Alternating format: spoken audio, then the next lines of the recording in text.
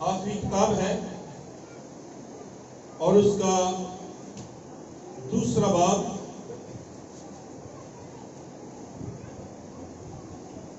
یوحنا عارف کا مکاشفہ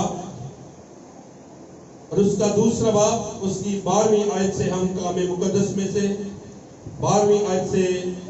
17ویں آیت تک ہم خداوند کے کلام میں سے سنیں گے۔ اسی طرح 7 نرسنگوں کا ہم سنتے ہیں، 7 پیالوں کا ہم سنتے ہیں، 7 مہروں کا ہم سنتے ہیں، 7 کا کلام کا پورا ہونا۔ ہم ان باتوں کو دیکھ رہے ہیں کہ کلام ہماری زندگیوں کے اندر ہر طریقے سے پورا ہوتا ہے، لیکن یہ ہم آج اس بات پر غور کریں گے۔ پرگمن شہر جو ہے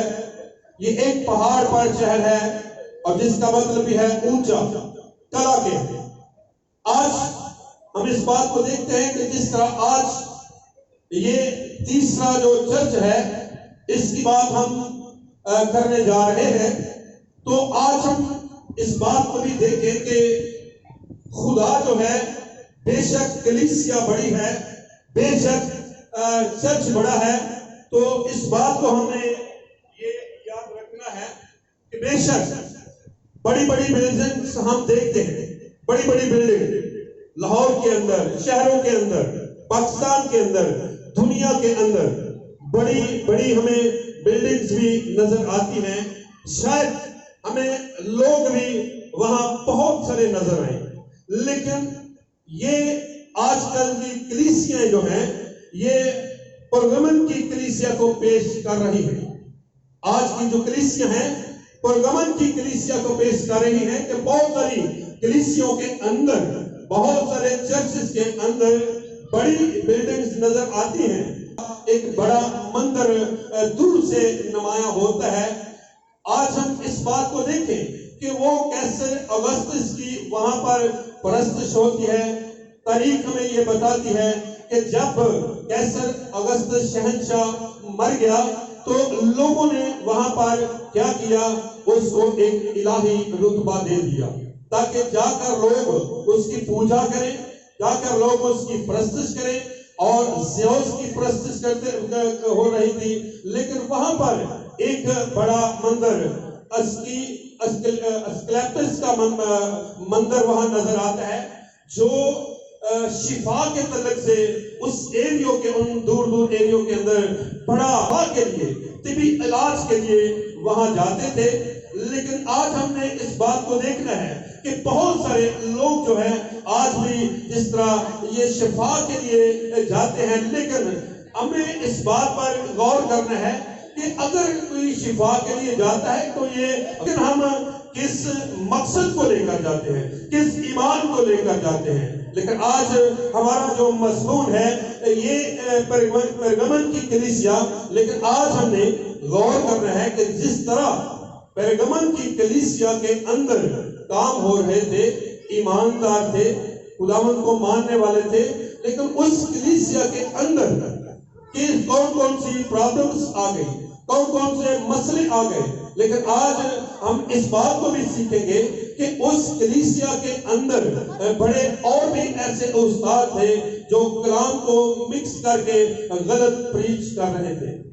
اس کی تعلیم کے بارے میں کہا گیا ہے کہ بلام کی تعلیم، بھلک کی تعلیم لوگ وہاں پر مان رہے تھے، لیکن اس بلام کی تعلیم کو ہم اس بات پر غور کریں گے کہ وہاں پر بھلک اور بلام کے کردار کے بارے میں ہم آج سیکھیں گے، کیونکہ کلام مقدس کے مطابق یہاں پر جو کلیسیا سے خدا پیغام کر رہا ہے، جو کلیسیا سے خدا اس کو پیغام لکھ رہا ہے، اور وہ بڑا خوبصورت آج ہم سبوں کے لیے پیغام ہے، لکھا ہے کہ اور پرگمن کی کلیسیا کے فرشتہ کو یہ لکھ کہ جس کے پاس 2 دھاری تیز تلوار ہے وہ فرماتا ہے۔ آج اگر ہم اس بات کو دیکھیں، اگر کسی بڑے انسان کا، کسی بادشاہ کا، کسی وزیر کا، کسی چیئرمین کا، کسی MLA کا کوئی ہمیں پیغام لیٹر آ جائے تو سب سے پہلے ہم خوش ہوں گے کہ ایک بڑے آدمی کا ہمارے پاس لیٹر آیا ہے، پیغام آیا ہے، ہم سنیں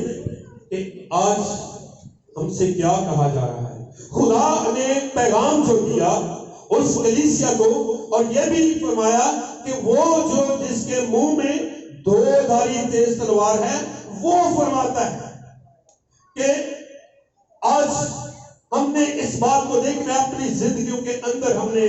دیکھنا ہے کہ یہ جو پیغام پرگمن کی کلیسیا کے لیے ہے، کیا ایسی باتیں ہمارے اندر تو نہیں ہے، ہماری کلیسیا کے اندر تو نہیں ہے۔ بلعام کی تعلیم پر غور کریں گے۔ بلعام کی تعلیم جب ہم دیکھتے ہیں دوسرا پطرس اور اس کا دوسرا باب ہم غور کریں، اس کے پاس بھی خدا کا کلام غالب نہیں آ سکتی، لیکن جب ہمارے اندر دنیا کی چیزیں آ جاتی ہیں تو یقیناً ابلیس ہم پر غالب آ جاتا ہے۔ لیکن جب اس نے اس کو لالچ دیا کہ تو آ کر کیا کرنا ہے، تمہیں صرف اسرائیل پر لعنت کرنی ہے اور میں تجھے عالی منصب پر ممتاز کروں گا، لیکن آج ہم نے بلعام کی زندگی پر یہ غور کرنا ہے، اس کے کردار پر، کہ جب اس کو یہ لالچ دے دیا گیا اور ایک بار خدا نے اسے کہہ دیا کہ تو نے ان کے ساتھ نہیں جانا، لیکن اس کی آنکھوں میں وہ نظر آ رہا تھا دولت اور رتبہ، اس کے دل کے اندر جو لالچ کا ہوس تھا وہ اس کے اندر بیٹھ گیا۔ اور بائبل مقدس میں ہم دیکھتے ہیں کہ یہ خدا کا نبی کہلاتا ہے، لیکن جو کچھ بھی وہ کرتا ہے وہ صرف اور صرف اپنے مقصد کے لیے کرتا ہے، لالچ کے لیے کرتا ہے۔ آج ہم اس بات کو دیکھتے ہیں، اس کو دھوکھلاپن بھی اس کے اندر ہے۔ وہ خدا کا نبی کہلاتا ہے لیکن خدا جیسے کام نہیں کرتا، وہ ہمیشہ وہ لوگوں کو لالچ کی تعلیم دیتا ہے۔ آج ہم اسی خدا پر غور کریں گے کہ جب خداوند کا زندہ کلام یہ بتاتا ہے کہ ایک بار خدا نے اسے منع کر دیا کہ تو نے بنی اسرائیل پر لعنت نہیں کرنی، تو نے ان کے ساتھ نہیں جانا، لیکن وہ کیا کرتا ہے؟ وہ اس بات کو دیکھ رہا ہے۔ گنتی کی کتاب میں جب ہم دیکھتے ہیں کہ ایک بڑا نے کہا کہ اب تو لعنت نہیں کرتا، اب کیا کرے گا؟ اس نے بادشاہ کو ایک صلاح دے دی۔ صلاح کون سی دے دی؟ کہ میں لعنت تو کر نہیں سکتا، اب تو ایسا کر کہ موابی عورتوں کو اسرائیلی خیموں میں بھیج تاکہ یہ لوگ زنا کریں، یہ زناکار بن جائیں، حرام کار بن جائیں، جس سے خدا وہ اس بات کو جانتا تھا کہ جب یہ بنی اسرائیل کے لوگ ایسا کریں گے تو خدا نے خود ہی لعنت کر دینی۔ ہم اس بات کو جانتے ہیں کہ جب ہمارے اندر کوئی لالچ ہوتا ہے